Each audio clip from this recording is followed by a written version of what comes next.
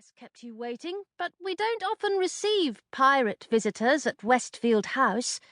She crossed her arms and studied the pirate, who had begun to drip all over the floor. "Now, who are you, and what do you want with me?" "My name is Partridge," said the pirate, unwinding his scarf. His voice was thin and anxious. He sounded more like a shopkeeper than a scallywag. "I came here as soon as I saw your notice." "My notice?" Partridge nodded with great enthusiasm. "The notice you placed in this morning's Gazette." Hilary wondered exactly how long this pirate had been standing in the cold. Perhaps the weather had chilled his brain, for he wasn't making the slightest bit of sense. "But I didn't place a notice in the Gazette," she said. "I'm afraid you've made a mistake." "I have?" said Partridge. "Oh dear, I am often mistaken, you know. When I confused the grog with the lantern oil, my mates were horribly ill, and our ship nearly burst into flames." A snowflake dripped from his nose. "Captain Blacktooth dismissed me from the League on account of it. He told me to give up piracy and try my hand at a trade." Partridge wrung out his scarf, which dripped miserably onto the floor below. "He suggested selling jams and chutneys." Hilary almost felt sorry for him. After all, Captain Blacktooth had dismissed her from the very nearly Honourable League of Pirates as well, or rather, she had dismissed herself. It had all amounted to the same thing in the end.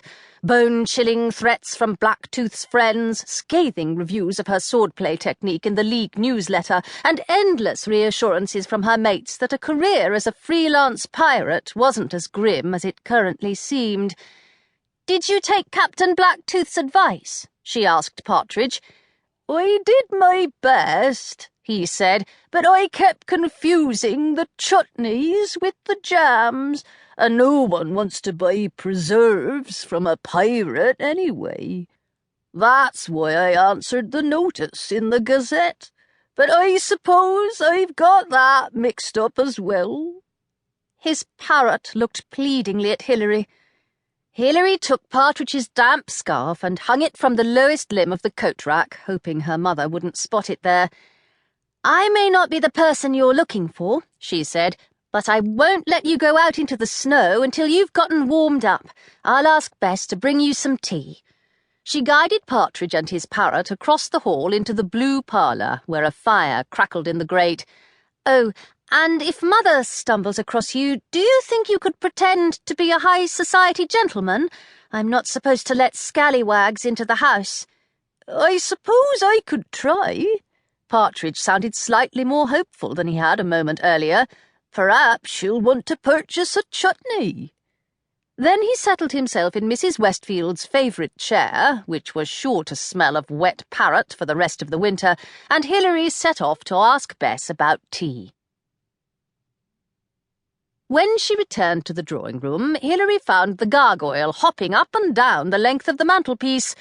"Tell me everything," he cried. "I've been stuck up here the whole time you've been gone. Was there really a pirate at the door? Was he one of those nasty sorts from the League? Did you have to challenge him to a duel?"